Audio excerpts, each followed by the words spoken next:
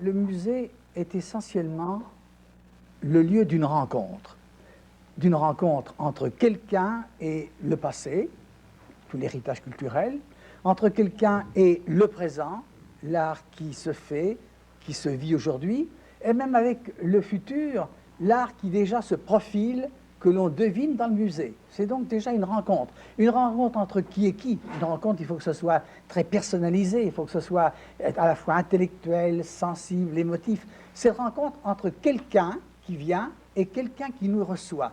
Quelqu'un qui vient, le visiteur, c'est nous, c'est Pierre Desjardins, c'est moi, ce sont les professeurs qui préparent ce visiteur, qui préparent ce matériau humain. Ceux qui reçoivent, ce sont les gens des musées, qui font en sorte que la rencontre soit efficace, qu'elle soit sensible, qu'elle soit vraie, qu'elle corresponde vraiment à quelque chose, et que de cette rencontre, avec quoi que ce soit, le visiteur en conserve une impression très profonde et très marquante. Pour moi, c'est ça, le rôle d'un musée, c'est essentiellement le lieu d'une rencontre. Ce qui me paraît intéressant, c'est que la notion même de musée aujourd'hui est considérablement transformée. Du musée traditionnel à l'écomusée, au parc-musée, il y a vraiment, dans le domaine des musées, de la place pour à peu près tout.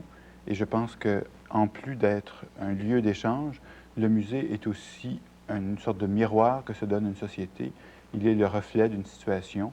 Et dans le cas particulièrement du musée d'art, qui est, comme historien d'art, celui qui m'intéresse particulièrement, le musée a aussi un rôle dynamique, c'est-à-dire qu'il modifie le champ même qui est le sien par ses interventions, par son animation, par sa mise en valeur de certaines tendances, de certaines œuvres, de certains artistes.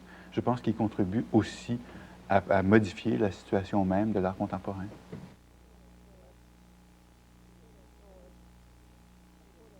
Historiquement, si on regarde la fondation de l'apparition des premiers musées au 18e siècle, la fonction éducative est implicite dès ce moment-là. Un des premiers musées, en fait, est un musée universitaire.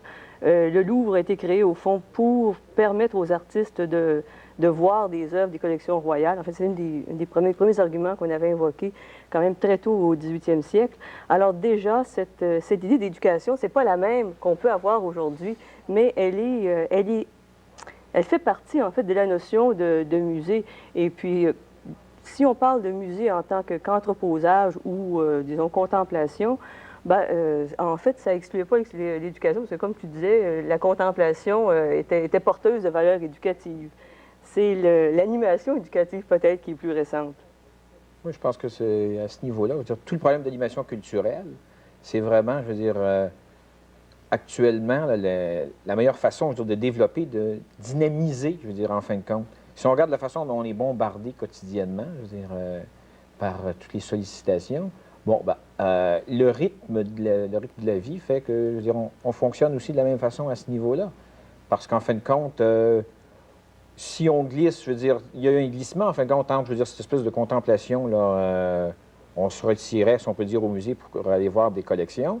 Puis maintenant, je veux dire, on y va aussi pour élargir, je veux dire, élargir ses horizons. Dans un premier temps, le fait pour un musée d'exposer des œuvres avec une documentation pertinente, je pense au niveau, par exemple, information historique concernant les œuvres, c'est déjà une forme d'éducation. Un musée qui aurait des œuvres qui ne seraient pas présentées, qui ne seraient pas étiquetées, où il n'y aurait pas une espèce de classification, je pense que là, passerait carrément à côté de la question. Mais déjà, le fait de présenter cette recherche, de la rendre accessible au public, pas seulement au public de connaisseurs, mais à un public plus élargi, c'est déjà une action éducative. Et ça encore, on le retrouve très, très tôt. Je veux dire, même les musées au 19e siècle avaient déjà cette préoccupation. Maintenant, je me replace toujours dans l'histoire pour commencer, là. Si on pense à une action plus directement orientée, soit vers les enfants, soit vers certains groupes d'adultes, là encore, on s'aperçoit qu'il y a eu des tentatives en Angleterre d'abord, aux États-Unis, pour vraiment, à partir d'un noyau centré sur la recherche, sur la présentation, il y a eu aussi des efforts pour avoir vraiment des services éducatifs qui avaient à ce moment-là comme fonction d'interpréter ou de rendre plus accessible la recherche des spécialistes à un public plus large.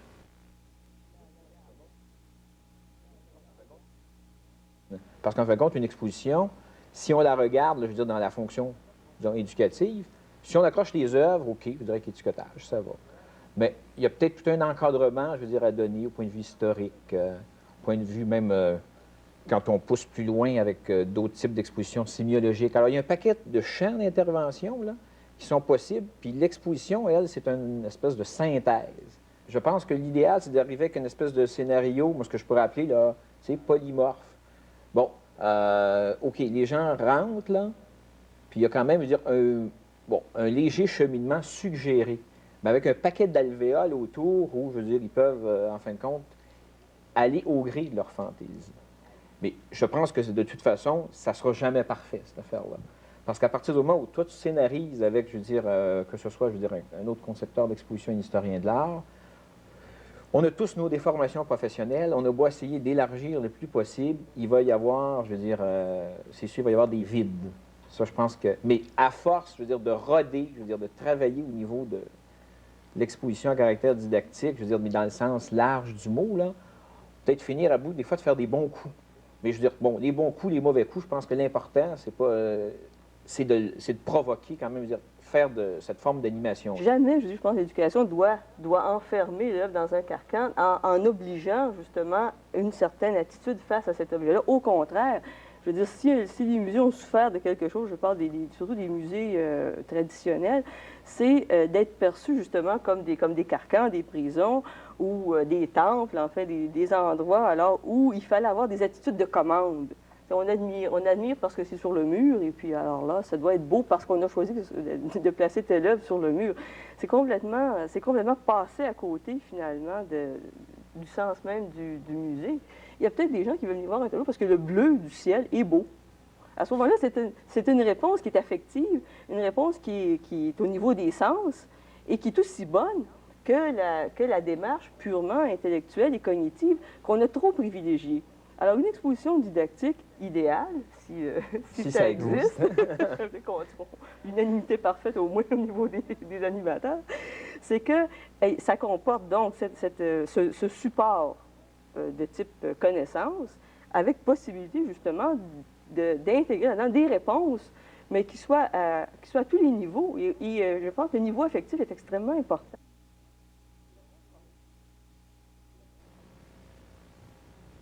Une approche pédagogique nouvelle. Un peu comme en sciences, dans le moment où vous avez des approches nouvelles pour à peu près toutes les sciences, il y a aussi des approches qui sont interdisciplinaires. Je crois que l'interprétation est peut-être une approche interdisciplinaire à une forme de présentation muséale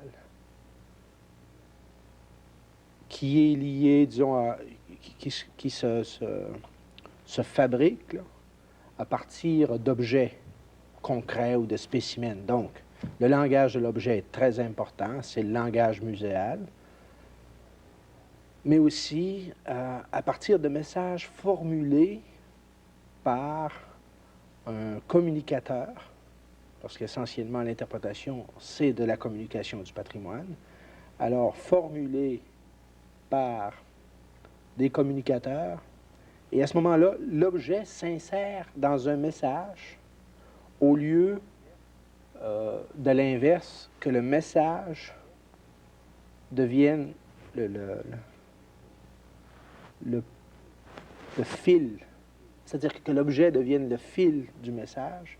Ici, c'est le message qui se sert des objets pour se transmettre. Il y aura toujours un besoin pour des musées, disons, de type conventionnel, mais il pourrait y avoir un nouveau musée de la culture québécoise, par exemple, qui aurait une présentation systémique, qui aurait des outils d'animation différents ou complémentaires des musées conventionnels, lesquels musées conventionnels pourraient jouer un rôle au niveau de la conservation et au niveau de la collection elle-même des objets, un rôle beaucoup plus grand, alors qu'un musée à présentation systémique pourrait jouer un rôle de diffusion, lui, beaucoup plus grand.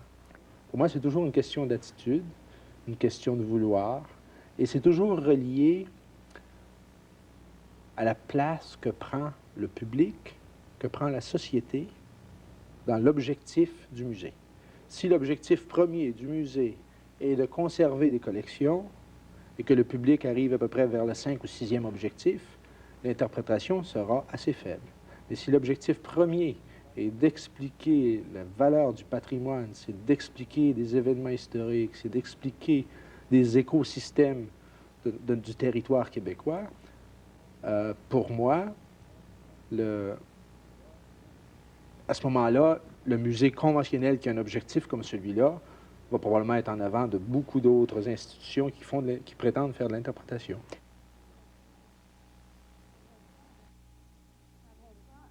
Nous n'avons pas un réseau complètement constitué au Québec de musées.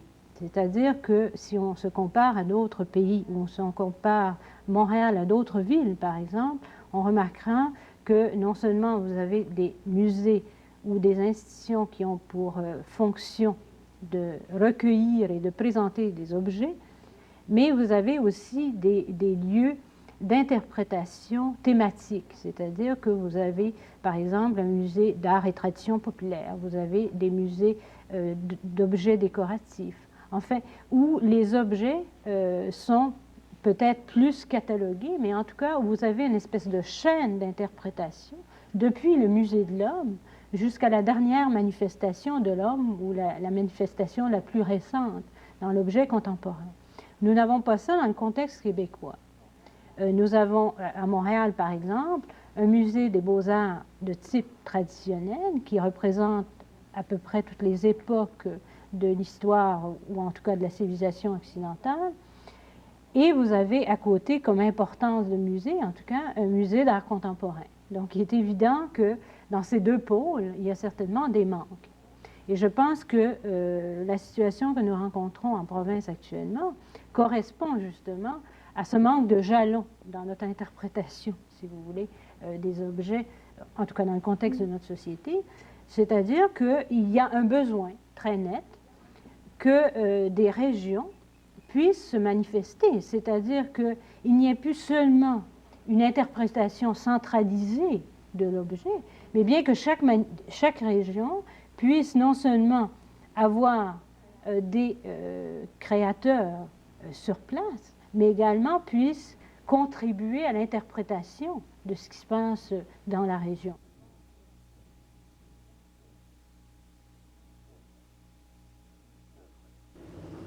Le vrai conservateur, enfin de quelque taille, je ne parle pas du petit préposé, d'ailleurs très respectable, n'est-ce pas, qui peut être dans un coin de village appelé à faire quelque chose, n'est-ce pas, qui fait la miniature de ce que fait le gros avec moins de phrases, mais peut-être qu'il fait quand même, n'est-ce pas.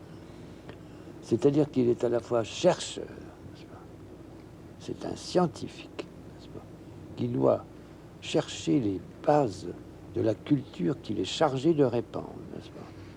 C'est un conservateur aussi au sens propre du mot, au sens physique du mot, car il doit, comment dire, savoir sinon tout le comment, mais en tout cas tout le pourquoi du patrimoine, n'est-ce pas, qu'il est appelé à préserver.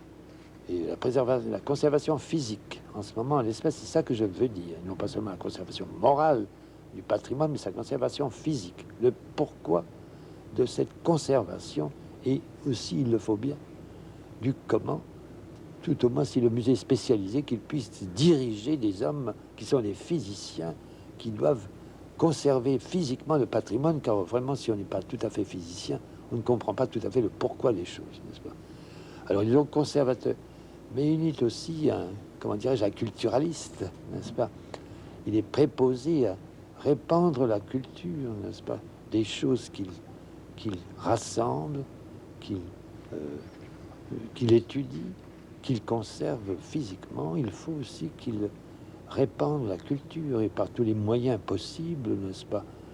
Qu'on peut appeler la présentation, on peut pas plus dire l'exposition, j'aime dire la présentation parce que c'est un mot plus large, n'est-ce pas? Ce qu'on appelle ici l'interprétation, enfin dans un certain milieu, mais ben dans tous d'ailleurs. Et la présentation, ce qu'on peut dire aussi qu'est l'animation, n'est-ce pas? Comment cette présentation peut prendre vie par certains moyens, n'est-ce pas? Certaines activités, certains dynamismes, n'est-ce pas? Comment également Il peut en assurer la diffusion par les moyens écrits et les mass médias. Et puis quand même aussi, il faut même qu'il soit, c'est là la complication de la chose, tout le moins s'il est le patron, qu'il soit gestionnaire, n'est-ce pas? Qu'il sache administrer. Et c'est très difficile de faire le point entre ces vocations de collecteurs, de rassembleurs, de chercheurs, de conservateurs, de diffuseurs et de gestionnaires de toutes ces choses.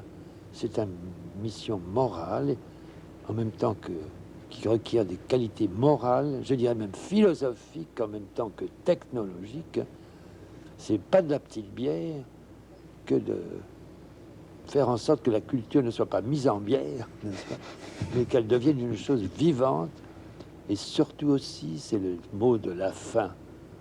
Et je l'écris de deux manières. Je l'écris en mot de la fin, F-I-N et F-A-I-M, n'est-ce pas? Car le mot de la fin, qu'a le public de participer à la construction de cet édifice polyvalent, composite, évolutif, qui s'appelle le musée.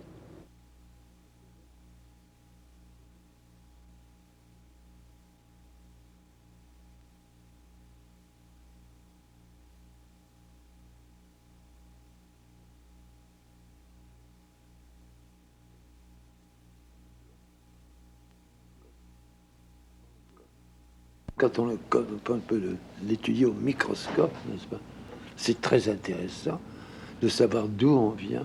Vous savez, ça me fait penser au tableau de Gauguin qui est si beau d'ailleurs. Nous venons-nous? Que sommes-nous? Où allons-nous? Je l'ai mis par défi comme planche, une des planches fondamentales du numéro de muséum sur les problèmes pour les musées d'histoire d'aujourd'hui, parce que ça m'a semblé définir très bien la science historique, y compris la prospective, n'est-ce pas? Ou la prospective ambiguë et douteuse de celle qui vous travaille et vous torture, jeune homme. Voilà. Merci beaucoup de vous être prêté à nos tortures. Ah, j'ai dit la question, je vais être mis à la question de Louis XVI.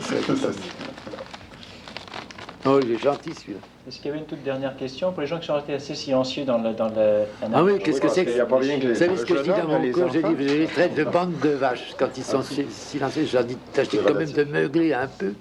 Toi, Lucie, tu as toutes sortes de questions l'autre jour, là, et puis je t'entends pas beaucoup entendu. Et moi, je suis bien intéressée vers la culture, d'abord, à son départ, chez l'enfant. Alors, je me demande comment vous pensez introduire l'enfant dans le musée. Parce que je sais qu'en Europe, les enfants fréquentent beaucoup les musées. Et évidemment, il y a l'attrait qui est assez intéressant, mais ici au Québec, comment pouvons-nous introduire l'enfant au musée? Puis une deuxième question, est-ce que vous croyez qu'il faille isoler le musée d'enfants ou le mettre j'ai une idée là-dessus. Dans le musée. Révolutionnaire en son temps, je vous préviens. Quand je suis arrivé à l'ICOM, quand j'ai pris en main la direction de l'ICOM, et ça n'existe pas depuis 6 mois, enfin, j'étais tout neuf, mais tout frémissant, hein, comme un poisson dans l'eau déjà, un poisson de rivière, n'est-ce pas? Mais je suis tombé devant un affreux problème, n'est-ce pas? C'est que j'avais une bonne femme méchante qui se trouvait dans un certain musée d'Amérique que je ne nommerai pas, n'est-ce pas? Qui m'a voué à l'assassinat parce que j'ai prétendu empêcher de mettre à part les enfants des adultes, n'est-ce pas? Et que j'ai été de ceux qui ont soutenu la théorie qu'un enfant c'est un adulte en puissance et que vouloir leur séparer, faire des musées d'enfants, alors que le musée global était le support de cette croissance de l'enfant depuis l'âge d'enfant jusqu'à l'âge d'adulte, n'est-ce pas? C'était faire une barrière insupportable, n'est-ce pas? Et que le musée d'enfance devait être plutôt un domaine muséal dans lequel on prenait, chaque fois qu'il était besoin, les matériaux pour nourrir les présentations et les usages des enfants, comme l'a fait si bien Daniel Giraudy à Marseille. Son antenne des musées d'enfants était installée dans le musée de Marseille. Il y avait des espaces spéciaux pour les enfants, mais c'était le grand musée de peinture, n'est-ce pas? Et je suis arrivé après des malédictions, des excommunications et des menaces variées d'un bataillon de femmes en furie. D'ailleurs, c'est qu'il y avait des femmes dans cette histoire-là. Mais c'est rare, enfin, ça aurait pu être des hommes. Hein. C'est pas du tout sexiste que je dis, pas. Mais je suis arrivé à faire qu'il y ait un comité pour l'éducation, un seul comité au sein du comité. Il y a beaucoup de gens, maintenant il n'est plus question des enfants et des adultes, tout ça va très bien ensemble. Il ne faut pas séparer, ce qui ne veut pas dire qu'il n'y a pas des méthodes d'approche qui conviennent aux enfants, mais tout ce qui pourra donner à l'enfant l'idée qu'il ne sera jamais un adulte, engendrera une protestation violente de la part de l'enfant.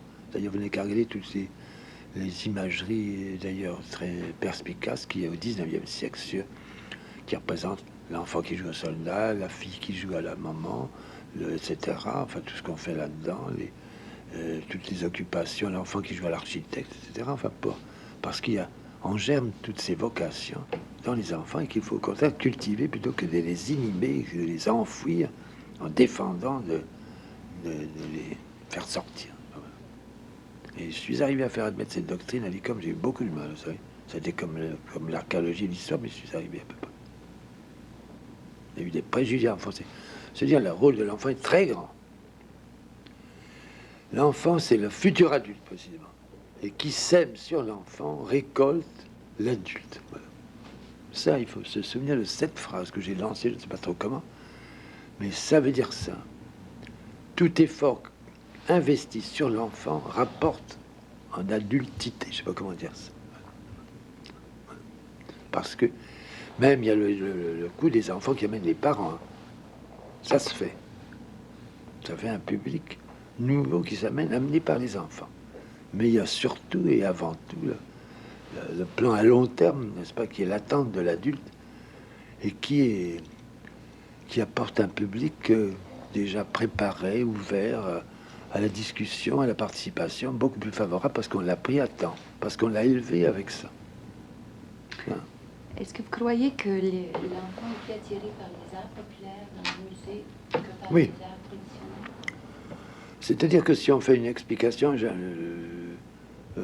Daniel Giraudy a fait des expériences très intéressantes pour l'art savant. Il a fait une exposition très belle qui s'appelait De la nature à la culture, de la peinture à de la nature à la peinture, qui était fondée sur toute l'étude des matériaux constitutifs, comme disent les gens du laboratoire, de la peinture, enfin minéraux et organiques, leur apprendre à jouer avec ça, leur montrer ça, comment ça émergeait dans la peinture. Et cette expérience a eu beaucoup de succès de la part des enfants, ça les enchantait de savoir qu'un tableau avait comme ça des matériaux minéraux et organiques. On montrait des plantes, on montrait des choses comme ça.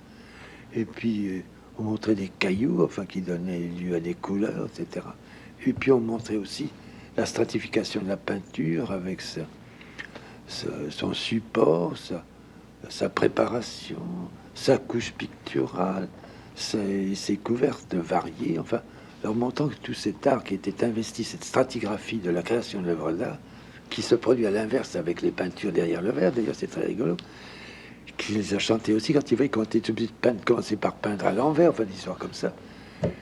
Ça intéresse beaucoup, parce que ça montre des liens, une fois de plus, avec ce vocable un peu à la mode, mais vague, qui est l'environnement, n'est-ce pas? Voilà un exemple. Il y en avait d'autres. Et elle a fait en ce moment son exposition. Regardez avec vos doigts, je crois que ça s'appelle, n'est-ce pas? Je crois qu'elle va venir ici. Je crois même qu'elle est venue ici. Je sais plus trop. Enfin, une exposition avec tout ce qu'on peut toucher, ce que peuvent toucher les aveugles en connaissant ce que c'est, etc. Et développer cette culture de cet autre sens qui est le toucher par rapport à ce sens qui est la vue. Alors, vous voyez toutes les expériences qu'il a fait, sans compter alors des moyens, des musées au bus, des musées au train, tout ce qu'on peut faire, n'est-ce pas? Qu'il y en a ici déjà, des musées au bus, ça commence. Et ça marche très bien, je crois. Quand il y a des routes. Comment voyez-vous l'éducation des personnes? Oui, des personnes fréquentant les lieux muséals. Ce que j'entends par là, c'est deux exemples que j'ai déjà vécu. Personne voyant une salle de tableau, hein, jeter un coup d'œil puis dire « Oh, là, c'est encore de la peinture, des vieux tableaux ». Et un autre exemple qui se rapproche plus de technique, c'est à l'occasion d'une exposition du Musée des Beaux-Arts sur civilisation du soleil et du froid, si mes souvenirs sont exacts. Personne qui regardait des gravures sur pierre inuit, qui regardait sur le côté du tableau, puis à un certain moment, elle a lancé ça. Hey, c'est pas vrai, ils disent que c'est gravure sur pierre. Hein? C'est pas de la pierre, c'est du papier. Comment? Petit, c'est si bien dit ce que vous dites, n'est-ce pas? Vous faites la critique de la mauvaise muséologie en ce moment.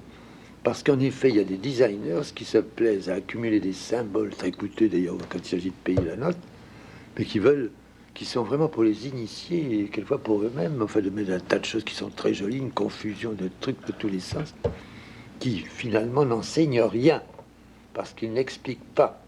Si c'est bien expliqué, à ce moment-là, les gens s'intéresseront par l'approche technique, par l'approche sociale, enfin, par l'approche économique. Il y a toutes sortes d'approches qui peuvent faire, comme nous l'avons dit, les tableaux qui sont exposés en ce moment dans cette nouvelle galerie de Washington. Les gens lisent les textes, ils voient les photographies, ils voient la tête des gens, ils voient le milieu dans lequel ils ont travaillé. C'est très intéressant. C'est une sorte d'approche, d'appel par rapport à ces tableaux. Si vous voyez des trucs comme ça, exposés à côté l'un de l'autre sans explication, je comprends très bien. Ça, et pourtant, dans ce cas-là, c'était vraiment des tableaux extrêmes. Tout ce qu'il y a ça, c'était des tableaux d'avant-garde, ce qui s'appelait les artistes qui étaient là, qui sont bien connus en ce moment. Parce qu'il y avait des Rothko qui étaient des rectangles noir et blanc, mais que les gens regardaient. Regardez, une fois qu'ils avaient compris les explications, parce que il y avait un effort dans l'exposition type qu'on va essayer de faire à Beaubourg sur les moyens d'illustrer d'expliquer la peinture moderne. Moi, j'ai demandé même qu'on remonte quelquefois au temps néolithique, qu'on montre qu'est-ce que c'était que ces symbolismes des temps néolithiques, qui étaient aussi, finalement, pour ceux qui les regardaient, aussi expressifs que les admirables peintures de Lascaux, qui étaient furieusement réalistes, n'est-ce pas? Alors voilà. Donc, ce que vous dites, si, avec tant de fraîcheur dans votre impression, c'est parce que vous trouvez envers vous un travail mal foutu. Disons que c'est peut-être au point de vue compréhension, disons plutôt connaissance. Parce que la connaissance, penser, écoutez, il faut l'organiser, hein, il n'y a pas de doute. Il ne faut pas croire que ça vient tout seul quand on montre quelque chose, simplement que c'est comme une image érotique qui a des résultats bien connus. Mais c'est quand même autre chose que ça.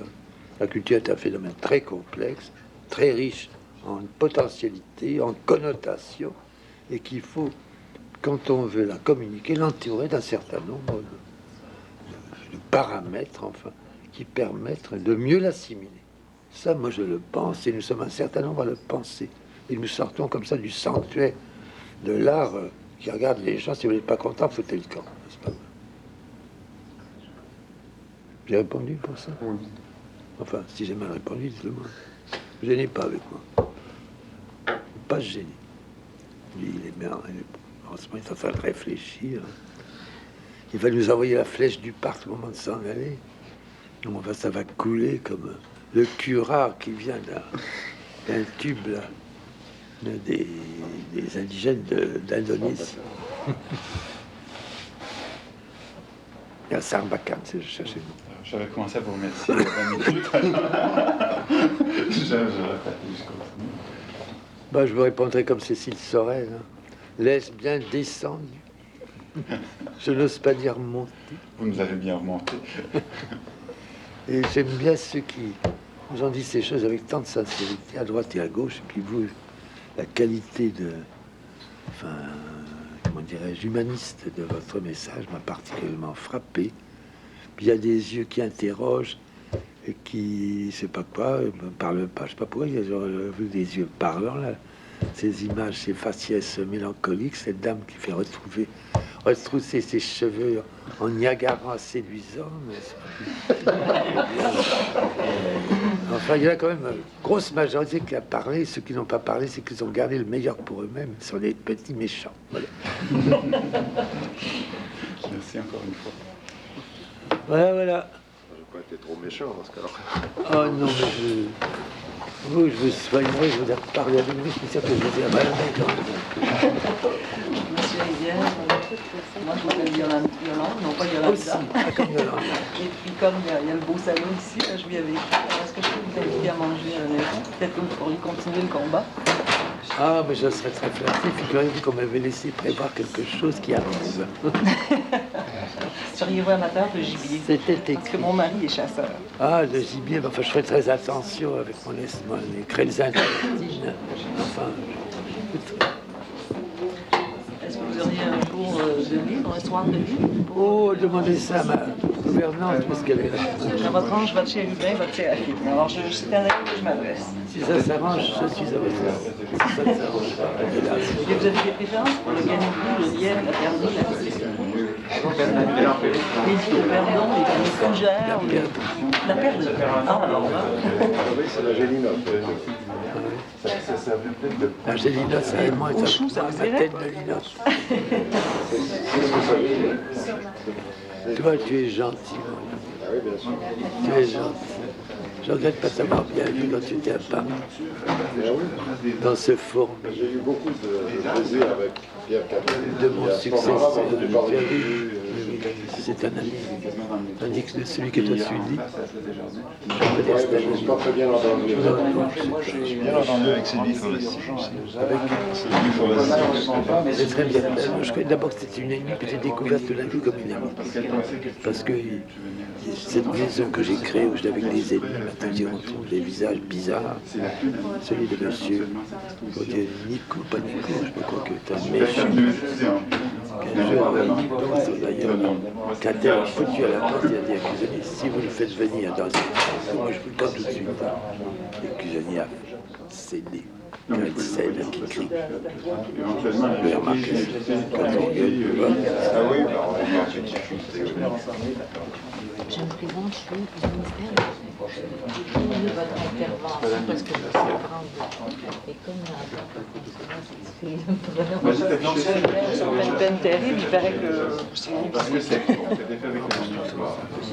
La prochaine fois. à moins que vous ne soyez assez alerte.